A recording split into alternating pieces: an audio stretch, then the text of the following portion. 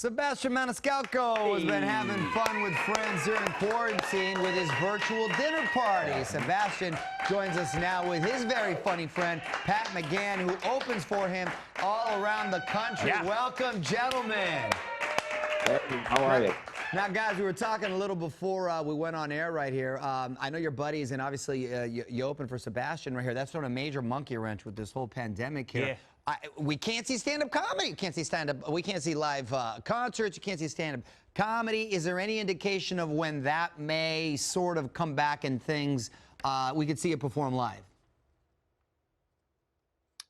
Well, it's bleak. There's no light at the end of the tunnel over here. I just got offered to do a comedy club on a parking structure rooftop. So that's where my career has gone. I went from Madison Square Garden to virtual dinners overnight, and it's not looking good over here. So we're just trying to maintain, and we got Pat's special coming out today, so people could get some relief through Pat's comedy. It's not live comedy, but it's definitely something that they should tune into. I love the fact that Sebastian has gotten so comfortable with our show that now he's bringing guests. Yes. Brother, wait, how did you and Pat meet? Go ahead, Pat. Well, we met in Chicago at Zany's Comedy Club. I was the house MC there, and Sebastian was at the point in his career where he was selling out comedy clubs and had a ton of heat. And you know, that's where I first met him. Then I opened for him for one of his Showtime specials they shot here in Chicago at the Harris Theater. It's been amazing. I mean, kind of riding his wave. I know most of the time you guys are used to being on the road, especially on the weekends. Now you're getting a lot of quality family time, having to be at home. And you all have kids. Pat, I believe you have 3. Sebastian, you have 2, is it? Yeah. So, yeah, we had this quality family time it's over. It's time. Yeah, that was cute 6 weeks in, but we're 120 days, and I'm just we're doing Zoom schools, we're doing welcome circles, I'm going on walks for nature walks. It's all great and dandy, but you know what? Pat and I are so used to being on the road 3 days a week, and then we come back. It's a nice balance. Right. But 120 days with anyone, it's a little, we need to get out. That's basically, I told my family that this interview was going to last 3.5 hours. Yeah. No, you're right, though, because you even need a break from those you love. That's what keeps it healthy. Right? But Sebastian, you guys just had a trip to the beach. That had to have gone really well, right? So listen, I'm a rookie parent. I'm not like the Marios of the world or the Pats of the world. And Scott, I don't know if you have kids, but I went to the beach and I decided to bring a stroller through the sand, which is not recommended. About 85 pounds of equipment you got to bring to the beach for 36 minutes. So I won't be at the beach until the kids get into their mid-teens. Oh, man. That's Just putting the move. sunscreen on them alone is the worst, right? I always feel like I'm tagging them like graffiti. I'm just like writing on their back, like I need to get back on the road, just spraying that on them. Subliminal messages. We're caught up on family time. I am all good. We got family time in the bank. No. I know all their names now. I can tell the boys apart. Yeah. I got their birthdays. It's time to hit the road again. Oh, Pat, yours are small, too. I feel you right there, man. I'm dropping my kids off in September, whether the school's open or not. But let me ask you guys really quick. My kids go to a Catholic school. Do you know where I can find a plaid hazmat suit? It needs to be a specific plaid. My kids are in Catholic school too. Same thing. So we're waiting to hear, fingers crossed, because they go roll by different rules. Hopefully they'll start at least a couple days a week. A nice little break. But real quick, earlier we were talking about how soon is too soon, or when's the right time to say I love you to your significant other. You have a time frame you give yourself, or what's been the case for you gentlemen? This is how bad I am.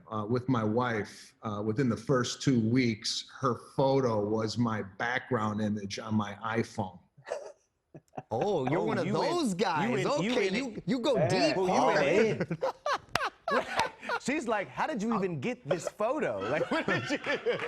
Okay, all right, you dive in head first. What about you, Pat? What about you? I mean, I can remember saying it, like, kind of hesitating, but I think I led with, like, I think I love, and then she just took it from there and has been ever since. She's like, yes, you do love me. I like That that. is I what like you the I think. think. Because Wait. it's kind of like you're on the fence. Like, you know what? I think I love you. I may think- not. It gives you an out. These feelings inside. I think Yes. it's. Yes. That's This solid is- advice. The I yes. think is good. I think I love you. Or alcohol, like you said, Mario. Just get banged up. That's another approach. Right? I Another way think to I do love you. It Hide might your be feelings. indigestion, but I think I love you. You never know. Sebastian, I have a question. Did you think of maybe a shorter name for the special? Hey, that's all Pat. Yeah. That's Pat. You can tell.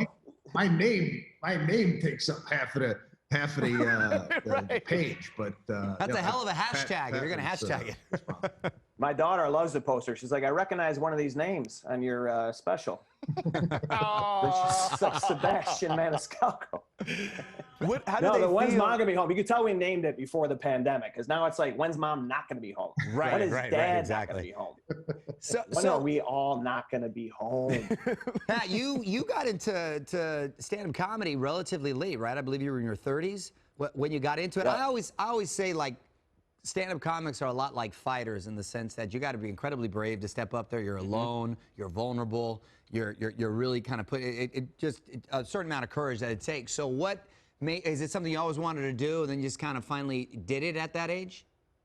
Yeah, I was always like writing stuff, just didn't really know what to do with it, just putting stuff in a notebook. And I met my wife. I was just dating her at the time, kind of confided in her, and she was like, you gotta go do an open mic. So we went to an open mic, and you go to one of those, you're like, okay, I could at least, do that. Right. Because some people are just up there, just not prepared. And that kind of Terrible. gave me some confidence. Like, yeah, I'm gonna give this a shot. So I've been doing it ever since. But Pat, before you stepped up on stage for the open mic, you were working in Vegas, kinda. What were you selling?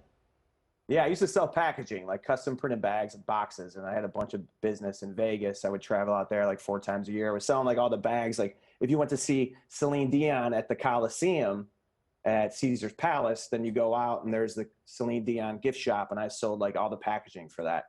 And then fast forward how many years? I mean, when Sebastian was selling out the Coliseum at Caesar, and I was opening for him there, which was kind of full circle. The guy that used to buy the bags off of me is at the show. What did Pretty your cool. wife say when you're like, okay, babe, I think I'm gonna leave this job and I'm gonna be a comedian? Yeah, that's what she was like. You do think that, just like you love me. She just feeds she uses the force. There and you pushes go. me out She there. did a Jedi mind trick on you. So, Sebastian, what would you say to people out there, man, that are just sitting at home thinking, you know what, I'm pretty funny. I think I could be a comic. There's obviously a lot of hard work that goes into it. But what advice would you have for them? Hold on, Sebastian. He's setting that up wrong because Mario opened for Fluffy Iglesias. He opened. First of he all- was supposed to walk out and say, now presenting. And Mario was like, I think I've been bit by the bug. I think I can do this. I think I got a set in me, Sebastian. I think I got a set in me. He tried to act like asking for a friend. All those people out there. This is all for a friend. He wants to know the tips. How can he be you? How does one craft a set? So listen, it's similar to working out. Like Mario, I wouldn't go to the beach and automatically take my shirt off. Like you gotta work out, you gotta build, you gotta go to the comedy club, similar to the gym. Yeah. And you have to be funny. There is some weird misconception out there that you could just go on stage and make people. You have to have an innate sense of humor in order to do this. This is not for everyone. Right. You have to kind of be born with the funny bone. So that's what I say to other people out there, that they think that they're funny. You're not. Yeah. That's true. And what's funny. You just have a large thumb. That's the only entertaining thing about you, is the large thumb. Did you see that dude's thumb? Huge. Did you see the dude's thumb? Look at Yeah, this. that's entertainment now, right? Everyone's like, I'm trying to get people to watch my special, and everyone's distracted by the thumb. Exactly. It's got its own special coming out on Netflix later. I would, like Sebastian said, I was in the gym working out. I put this thing together, and now Thumb Dude is gonna steal my thunder. Thumb Dude is trending, and it opened up a whole ball of questions. I'm like fascinated. I go, is the rest of his hand big? Is it just the one thumb? Is it just one thumb? How big is the dude? I need to know. Look at that. We have so many questions. There are so many, so many.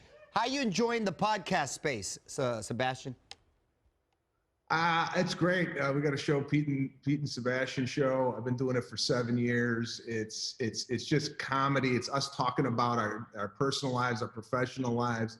And the beauty, I think, and I'm with myself and Pat and podcasting, we're just out to make people laugh. We don't have an agenda. There's no politics. There's nothing. It's just, we're trying to take people out of that because you get inundated by all that all day long on your laptop, your TV, and whatnot. Yeah. So when you turn on our comedy, it's just about us making fun of our relationships, ourselves. So I think that's what the beauty here with Pat's special is. If you look at some of the clips and the promos, he's just talking about being a dad, talking about being a family man, and observational humor. So I think it's refreshing in this climate that everybody has to come out and say what they're for or whatnot. This is just straight comedy. Just escapism. We just need a laugh. That's awesome. That's exactly what we need. Well, congratulations. Pat. Congratulations. Sebastian. Thank you, Mario. Thanks, God. Appreciate it. Thank you, you know, Sebastian. I mean, this is the most you could do for another comic. He's putting his name on this and using his platform for me. So this is great. Appreciate it. Wait, Pat, tell me very this, cool. though. How rich did Sebastian have to get before he was friends with Seinfeld?